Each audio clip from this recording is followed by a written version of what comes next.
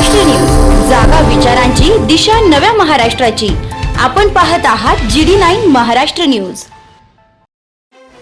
नमस्कार, GD9 news महाराष्ट्रामध्ये आपले सर्वांचे स्वागत आहे। येवला तालुक्यातील वाघाळा येथे 3 लाख रुपयांच्या मागणीसाठी सासरच्या छळाला कंटाळलेल्या विवाहितेचे शेततळ्यात आत्महत्या, पती आणि सासऱ्याला अटक। सध्याच्या परिस्थितीमध्ये मुलांना मुली मिळत नसताना मुलींच्या शोधात मुले फिरत आहेत। एकीकडे येवला तालुक्यातील वाघाळे येथील धक्कादायक प्रकार उघडकीस आलाय। 4 चाकी गाडी आणि शेतीसाठी माहेरून 3 लाख रुपये आणण्यासाठी विवाहितेचा छळ करण्यात आलाय।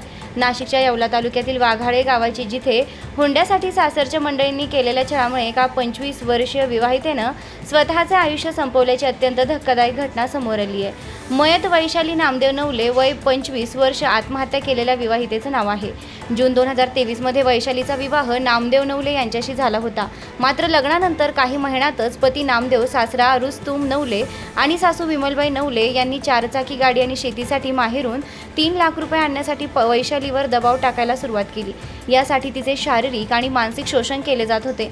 या सततच्या छळाला आणि त्रासाला कंटाळून वैशालीने शेवटी टोकाचं पाऊल उचलत घरासमोरील शेततळ्यात उडी मारून आत्महत्या केली।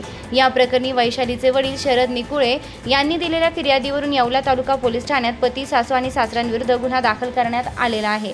दरम्यान येवला तालुका पोलीस निरीक्षक संदीप मंडलिक, PSI सचिन बहिर यांनी दिलेल्या माहितीनुसार येवला पोलिसांनी या प्रकरणी पती नामदेव नवले, सासरा रुस्तुम नवले यांना अटक केली, तसेच बाकी आरोपींचा शोध सुरू आहे।